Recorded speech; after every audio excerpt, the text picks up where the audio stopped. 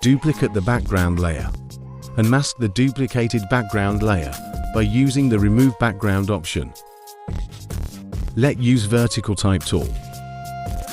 Place your text according to your need. Then duplicate your text by holding Alt plus stroke or press Ctrl plus J. Then duplicate your background layer and take it to the top. Go to Filter, select Blur and choose Gaussian Blur. To prepare our effect, right-click on the background on top and select Clipping Mask. Duplicate this background layer and put it on top of the second text and repeat the clipping mask process. Group the first background and text layer.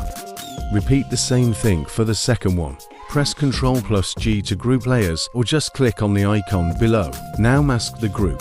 Select the brush tool to paint over the mask. Press Ctrl plus click on the subject mask to create a selection of the subject and start painting. Now select the text and right-click, Blending Mode. Then choose Stroke option, then modify it according to your need. I'm just trying to fix some issues here.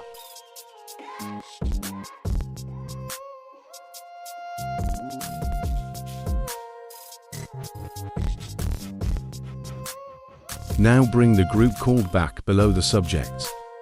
Do the same by going to the Stroke option.